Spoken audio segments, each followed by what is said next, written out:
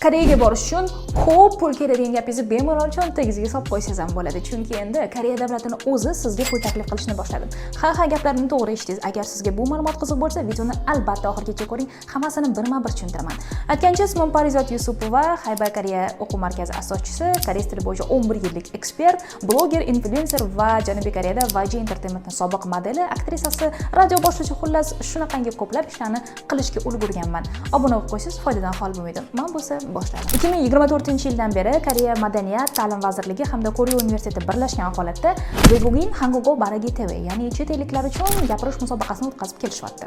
Bu musobaqaning asosiy maqsadi koreys tilini o'rganayotgan chet ellik yoshlarni rag'batlantirishdan iborat. Bu proyekt hali yangi, shuning uchun istalgan odam unda qatnashib bemalol yutishi mumkin. Shartlari bo'lsa oddiy. Berilgan mavzuni yaxshilab ko'rib chiqasiz, insho yozasiz, o'shanga video olasiz, YouTube'ga maxsus hashtag bilan joylaysiz va o'zingizni g'olibligingizni kutasiz xolos.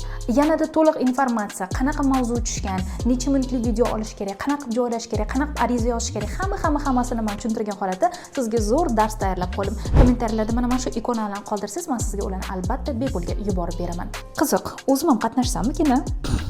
Hammaga omad, TV zamonda. Annyeong.